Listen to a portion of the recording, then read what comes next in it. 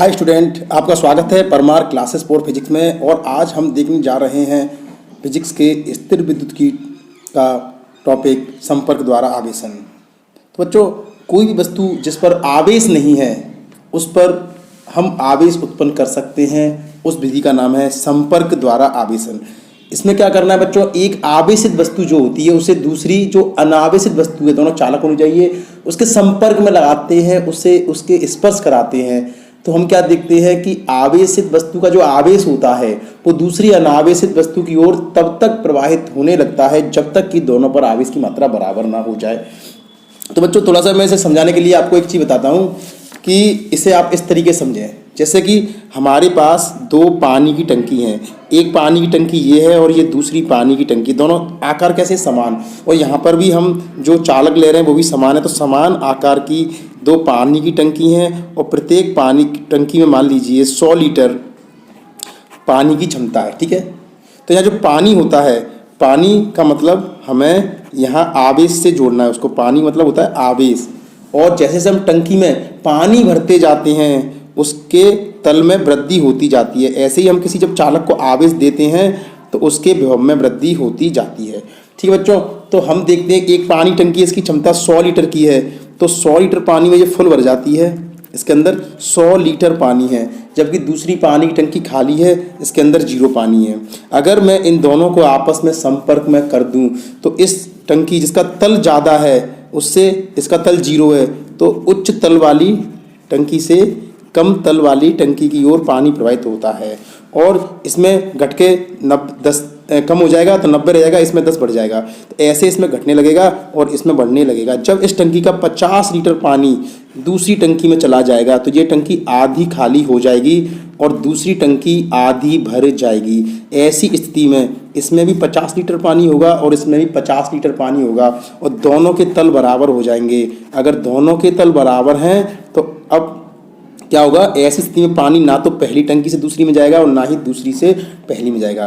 तो इन दोनों को जोड़ने के बाद दोनों पर पानी की मात्रा कैसी हो जाती है बच्चों, समान हो जाती है। इसी प्रकार से हम इसको समझेंगे। मान लीजिए दो चालक वस्तुएं हैं, एक चालक वस्तु है ए और समान साइज की दूसरी चालक वस्तु है बी।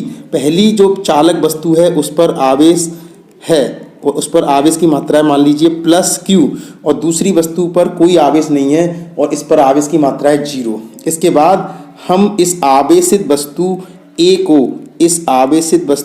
को दूसरी अनावेशित वस्तु B के साथ संपर्क में लाते हैं तो A का आवेश B की ओर जाने लगता है, जिससे A का आवेश घटने लगता है और B का आवेश बढ़ने लगता है। जब A का आवेश B की ओर तब तक जाता है जब तक कि दोनों के विभव बराबर ना हो जाए, तो इसका आवेश जो 100% था, जो Q था, वो घटकर Q/2 रह जाएगा, आधा आवेश कम हो जाएगा। तो इस टंकी पर Q/2 बढ़ जाएगा और इसका कितना हो जाएगा, Q/2। तो इस प्रकार दोनों पर आवेश की मात्रा Q/2 हो जाएगी। अब दोनों के आवेश बराबर होने से दोनों के विभव बराबर हो जाएंगे और आवेश ना तो A से B में जाएगा ना ही B से A में जाएगा। तो यही इसकी कहानी है कि जब एक आवेशित वस्तु को दूसरी अनावेशित वस्तु के संपर्क में लाया जाता है तो आवेशित चालक वस्तु से जो आवेश है वो दूसरी जो अनावेशित चालक वस्तु है B उसकी ओर प्रवाहित होने लगता है। यदि दोनों के साइज समान है तो आवेश तब तक प्रवाहित होगा जब तक कि दोनों पर आवेश बराबर ना हो जाए। अब बच्चों, अगर हम जब न्यूमेरिकल करते हैं तो हो सकता है इस पर Q आवेश दे दिया जाए, Q/2 दे दी जाए, Q/4 दे दी जाए, इस पर भी कोई आवेश हो सकता है। तो प्रश्न पूछता है कि A पर इतना आवेश है, B पर इतना आवेश है, अगर दोनों को संपर्क में ले आए तो संपर्क के बाद क्या होगा कि एक चालक से आवेश दूसरे चालक में जाएगा तो पूछेगा, और थोड़ी देर बाद आवेश जाना बंद हो जाएगा तो पूछेगा कि फिर इन दोनों पर कितना कितना आवेश होगा। तो इसके लिए हमें क्या करना है, दोनों के जो प्रारंभिक आवेश हैं इनको जोड़ देना है। पहले चालक गोले पर Q आवेश है और दूसरे चालक गोले पर 0 आवेश है। जोड़ने के बाद उसमें 2 का भाग लगा देंगे और आंसर आएगा Q/2। तो जोड़ने के बाद में प्रत्येक चालक गोले पर आवेश की मात्रा इतनी होगी। बस कुछ नहीं करना है। अगर ऐसा कोई प्रश्न आए तो दोनों पे जितने आवेश हों दोनों के आवेश को जोड़कर और उसमें 2 का भाग लगा देंगे, तो हमें उसके संपर्क के बाद हम जब इन दोनों गोलों को अलग करेंगे तो उस पर आवेश कितना होगा वो हमें पता लग जाएगा।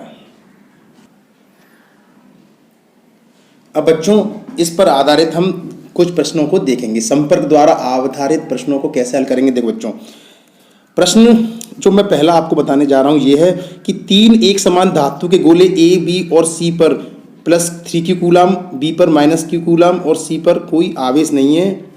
अब यदि सी को पहले ए से छुआकर और फिर उसे बी से छुआकर अलग करें तो फिर सी पर कितना आवेश होगा और ए बी सी पर कितने रह जाएंगे। ठीक है बच्चों, बिल्कुल यही तरीका अपनाना जो मैंने बताया था कि एक गोला है ए, एक गोला है बी और एक गोला है सी। ठीक है बच्चों, प्रारंभ में 3 गोले हैं। अब वो बोल रहा है ए गोले पर +3q आवेश है, बी गोले पर -q आवेश है और सी गोले पर कोई भी आवेश नहीं है। प्रश्न पॉइंट नंबर 1 वो कह रहा है कि पहले सी को ए से छुआकर, मतलब सी को ए से टच कराना है, सी को ए के संपर्क में लाना है। ठीक है बच्चों, तो हमने क्या किया, पहले ए गोला लिया और इसके संपर्क में सी गोले को लेकर आते हैं। तो ए पर कितना आवेश है +3q, सी पर कितना है 0। तो संपर्क के बाद क्या होगा, अब ए गोले का आवेश बी में सी में जाने लगेगा क्योंकि ए पर आवेश है सी पे तो है ही नहीं, तो जाने लगेगा और जब तक जाएगा जब तक कि दोनों पर आवेश बराबर ना हो जाए या विभव बराबर ना हो जाए। तो जोड़ने के बाद जब हम इन दोनों को अलग अलग करेंगे तो बच्चों अब इन पर कितने आवेश होंगे हमें ये निकालना है। तो क्या करना है, प्रारंभ में दोनों पर कितने आवेश है, पहले पर +3q आवेश है, दूसरे पर 0 आवेश है, दोनों को जोड़कर 2 का भाग लगा देंगे तो हमारा आंसर आएगा 3q/2। तो अब ए गोले पर आवेश आ जाएगा 3q/2 और सी गोले पर भी आवेश आ जाएगा 3q/2। अब वो कह रहा है कि सी गोले को पहले ए से टच करा दिया हमने, अब सी गोले को बी से टच कराना है।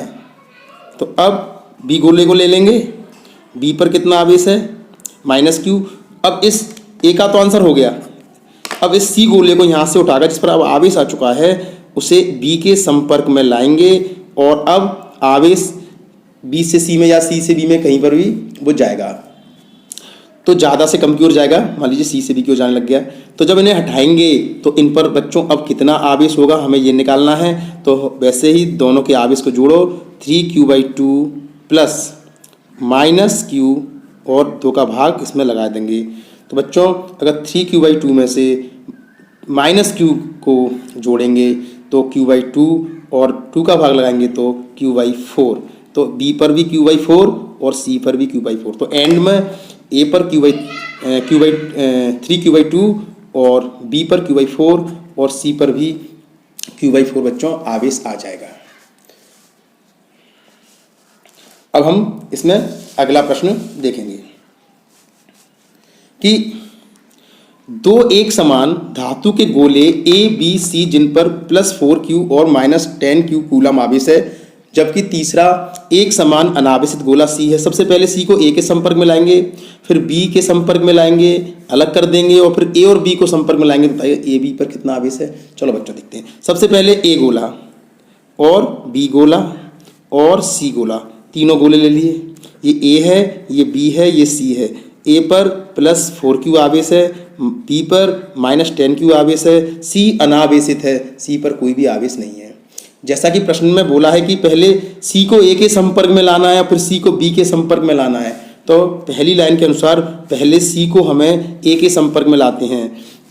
तो सबसे पहले मैंने ये ए गोला बनाया, इस पर 4q आवेश है, इसके संपर्क में सी को लाते हैं, दोनों को आपस में स्पर्श कराते हैं, फिर इनको अलग अलग कर देते हैं। बच्चों हम देखेंगे इन पर कितना आवेश होगा, तो दोनों के प्रारंभिक आवेशों को जोड़कर 4q + 0 और 2 का भाग लगा देंगे तो आंसर आ जाएगा 2q। तो इस पर भी 2q आवेश आ जाएगा, इस पर भी 2q आवेश आ जाएगा। अब बच्चों प्रश्न कह रहा है सी को, अब इस सी को इस बी के संपर्क में लाना है। तो बी पर कितना आवेश है -10q और सी को इसके संपर्क में लाएंगे 2q आवेश है। तो बी पर ज़्यादा है, वो ऋण प्रकृति का है, माइनस का मतलब ये नहीं है कि कम है, ऋण प्रकृति का है। तो इन दोनों में आवेश का ट्रांसफर होगा बी से सी की ओर। तो जब तक होगा जब तक दोनों पर आवेश की मात्रा बराबर ना हो जाए। तो जब इन्हें अलग करेंगे तो बच्चों इन पर कितना आवेश होना चाहिए, तो -10q + 2q/2 = -4q। तो बी पर -4q और सी पर -4q आवेश आएगा। अब इसकी जो तीसरी लाइन है वो बोल रहा है कि अब ए और बी को आपस संपर्क में लाइए, इस ए को और इस बी को संपर्क में लाइए। तो बच्चों ए पर कितना आवेश है, ए पर आवेश है 2q और बी पर आवेश है -4q। इनको आपस में संपर्क में लाएंगे और फिर इनको अलग अलग कर देंगे। तो इन पर कितना आवेश होगा, दोनों आवेश को जोड़िए, +2q + -4q/2 = -2q/2 = -q। तो ए पर भी माइनस क्यू आवेश होगा और बच्चों बी पर भी माइनस क्यू आवेश होगा। तो बच्चों संपर्क द्वारा आवेशन के प्रश्नों को हम इस तरीके से हल कर सकते हैं। Thank you student.